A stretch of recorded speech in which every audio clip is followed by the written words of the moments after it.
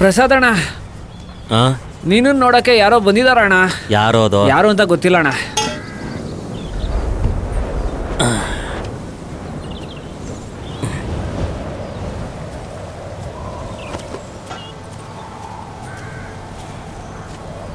ಪ್ರಸಾದ್ ಅಣ್ಣ. ಏನ್ ಜೋಬಿ, ಏನ್ ಸಮಸ್ಯೆ? ಅಲ್ಲ, ವೆಂಕಟ್ನ ಹುಡಿಕೊಂಡು ಪೊಲೀಸ್ನವರೆಲ್ಲ ಬಂದವ್ರೆ. ಓ,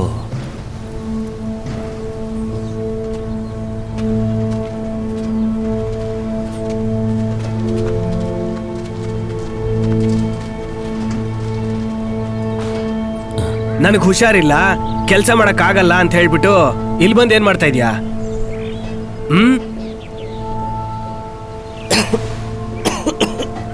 ಅಂದ್ರೆ ಅಲ್ಲಿ ಕೆಲಸ ಬಿಡೋದಕ್ಕೆ ಕಾರಣ ಇದಲ್ಲ, ಬೇರೆ ಏನೋ ಇದೆ. ಸರ್ ನಾನು ಹೇಳ್ತೀನಿ ಸರ್.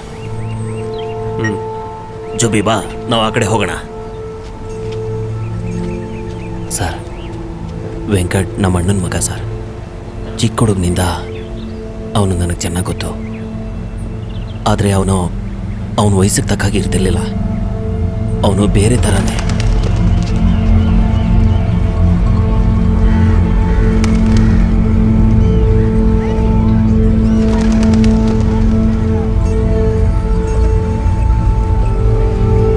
ವೆಂಕಟ್ ಎಲ್ಲೋ ಗೊತ್ತಿಲ್ಲ ಕಣೋ.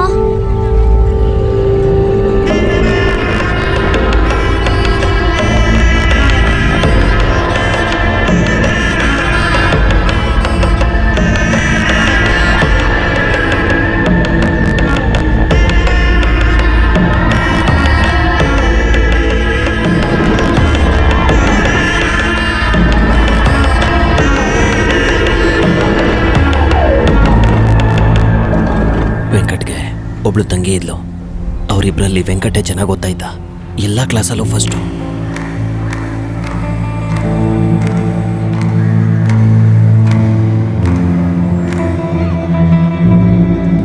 ನಮ್ಮಣ್ಣ ತುಂಬ ಕಷ್ಟಪಟ್ಟು ವೆಂಕಟ್ನ ಓದಿಸಿದ್ರು. ವೆಂಕಟ್ ದೊಡ್ಡವನಾದ್ಮೇಲೆ ನೀನೇನೋ ಆಗ್ತೀಯಾ ಅಂತ ಕೇಳಿದೆ. ನಾನು ಡಾಕ್ಟರ್ ಆಗ್ತೀನಿ ಅಂತ ಹೇಳ್ತಿದ್ದ. ಎಲ್ಲ ಮಕ್ಕಳ ಥರ ಸುಮ್ಮನೆ ಹೇಳ್ತಿದ್ದಾನೆ ಅಂತ ಅನ್ಕೊಂಡೆ. ಆದರೆ ಅವತ್ತು ನನಗೆ ಅರ್ಥ ಆಗೋಯ್ತು.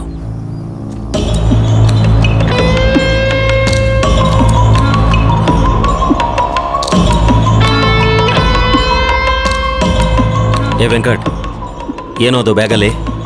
ಏನೂ ಇಲ್ಲ ಚಿಕ್ಕಪ್ಪ. ಸುಳ್ಳು ಹೇಳ್ಬೇಡ, ತೋರಿಸು.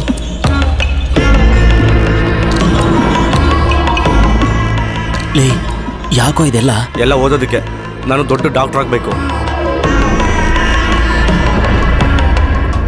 ಅದೇ ಥರನೇ ಆಯಿತು. ವೆಂಕಟ್ ಎಂಟ್ರೆನ್ಸ್ ಎಕ್ಸಾಮ್ ಬರೆದು MBBSಗೆ ಸೇರಿಕೊಂಡ. ಅಲ್ಲೂ ಕೂಡ ಹಾಗೆ. ಅವನ ಕ್ಲಾಸಲ್ಲಿ ಅವನು ಫಸ್ಟ್ ಬರ್ತಾ ಇದ್ದ. ಎಲ್ಲ ಟೀಚರ್ಸ್ಗೂ ಅವನು ಅಂದರೆ ಪ್ರೀತಿ. ಆ ಸಮಯದಲ್ಲಿ ವೆಂಕಟ್ ತಂಗಿಗೆ ಆರೋಗ್ಯ ಸರಿ ಇರಲಿಲ್ಲ.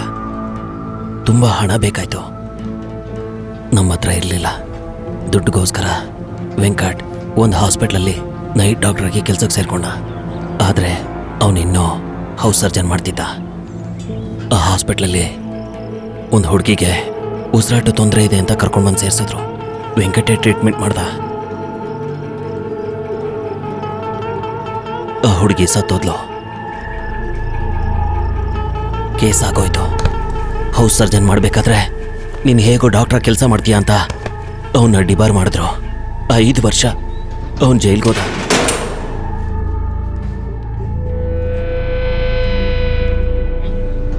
ಟ್ರೀಟ್ಮೆಂಟ್ ಹಣ ಇಲ್ದೇನೆ ಅವನ ತಂಗಿ ಸತ್ತೋದ್ಲು. ವೆಂಕಟಿನ ಮೇಲೆ ಡಾಕ್ಟ್ರೇ ಆಗಲ್ಲ ಅಂತ ನಮ್ಮ ಅಣ್ಣ ಕೂಡ ಆತ್ಮಹತ್ಯೆ ಮಾಡಿಕೊಂಡ್ರು. ಆಮೇಲೆ ವೆಂಕಟ್ ರಿಲೀಸ್ ಆದಮೇಲೆ ನಾನೇ ಅವನ್ನ ಕರ್ಕೊಂಡು ಬಂದೆ. ಅವನು ಯಾರ ಜೊತೆನೂ ಮಾತಾಡ್ತಿರ್ಲಿಲ್ಲ, ಒಂಟಿಯಾಗೇ ಇರ್ತಿದ್ದ.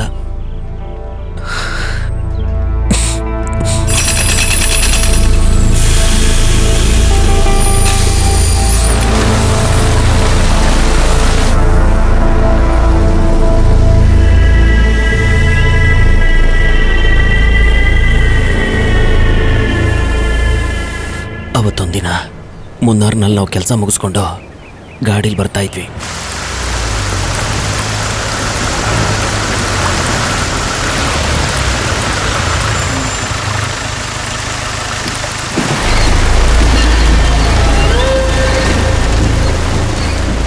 ಚಿಕ್ಕಪ್ಪ ಅದೇನು ಅಂತ ನೋಡಿ.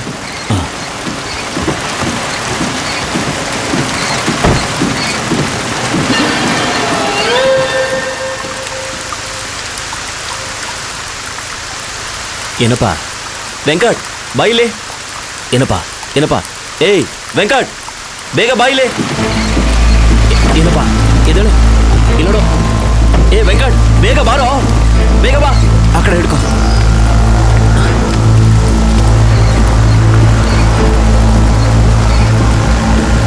ಏ ಇಲ್ಲಿ ನೋಡು. ಅಯ್ಯಯ್ಯೋ ಏ ವೆಂಕಟ್ ನಿಲ್ಸೋ ನಿಲ್ಸೋ. ಇಲ್ಲಿ ನೋಡು ಎದ್ದೇಳಪ್ಪ.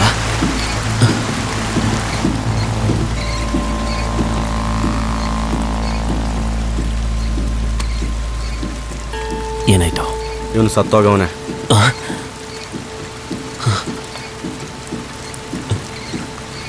ಸರಿ ಪರವಾಗಿಲ್ಲ, ಹಾಸ್ಪಿಟ್ಲಿಗೆ ನಡಿ. ಹಾಸ್ಪಿಟ್ಲಿಗೆ ಹೋಗು.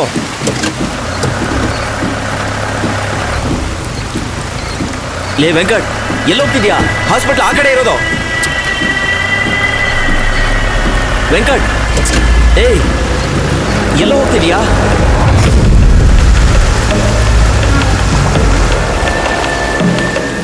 ವೆಂಕಟ್ ಇಲ್ಲಿ ಯಾಕೋ ಬಂದೆ? ಚಿಕ್ಕಪ್ಪ ನೀನು ಇವ್ನು ನೋಡೇ ಇಲ್ಲ. ಸುಮ್ಮನೆ ಇಲ್ಲಿಂದ ಗಾಡಿ ತಗೊಂಡು ಹೋಯ್ತಾ ಇರೋ.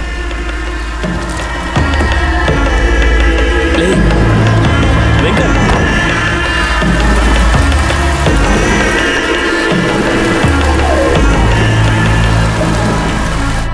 ಅದಾದ್ಮೇಲೆ ಅವನು 2 ದಿನ ಕೆಲಸಕ್ಕೆ ಬರಲಿಲ್ಲ.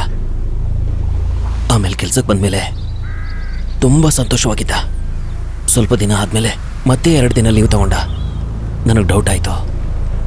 ನಾನು ಹೋಗಿ ಆ ಮನೇಲಿ ಏನು ನಡೀತಾ ಇದೆ ಅಂತ ನೋಡಿದೆ.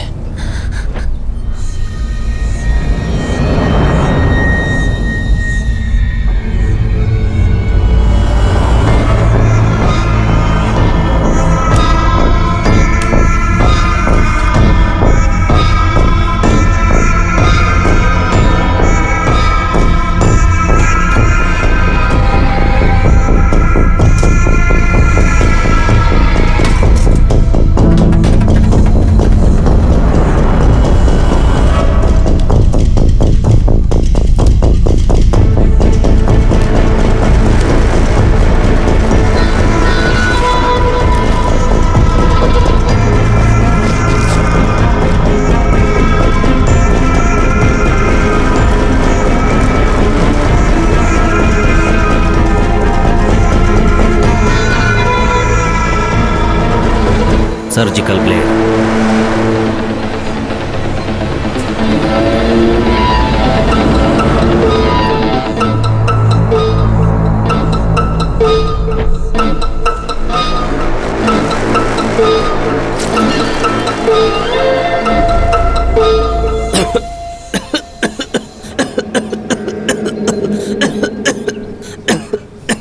ಆ ಬಾಡಿನ ವೆಂಕಟ್ ಏನ್ ಮಾಡ್ತಾ ಇದ್ದ? ಗೊತ್ತಿಲ್ಲ ಸರ್. ಇವನ್ನ ಗಾಡಿನಲ್ಲಿ ಕೂಡಿಸಿ. ಬಾ.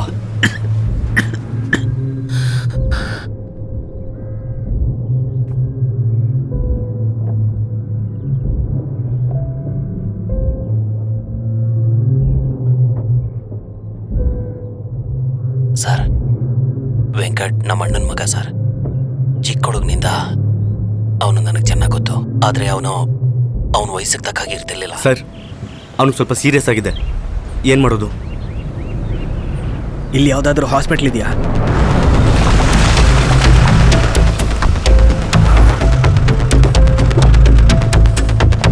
ಯಾರು ಮನೋಜ್ ಸರ? ನಡಿ. ಹುಷಾರು ಇಟ್ಕೊಡಿ.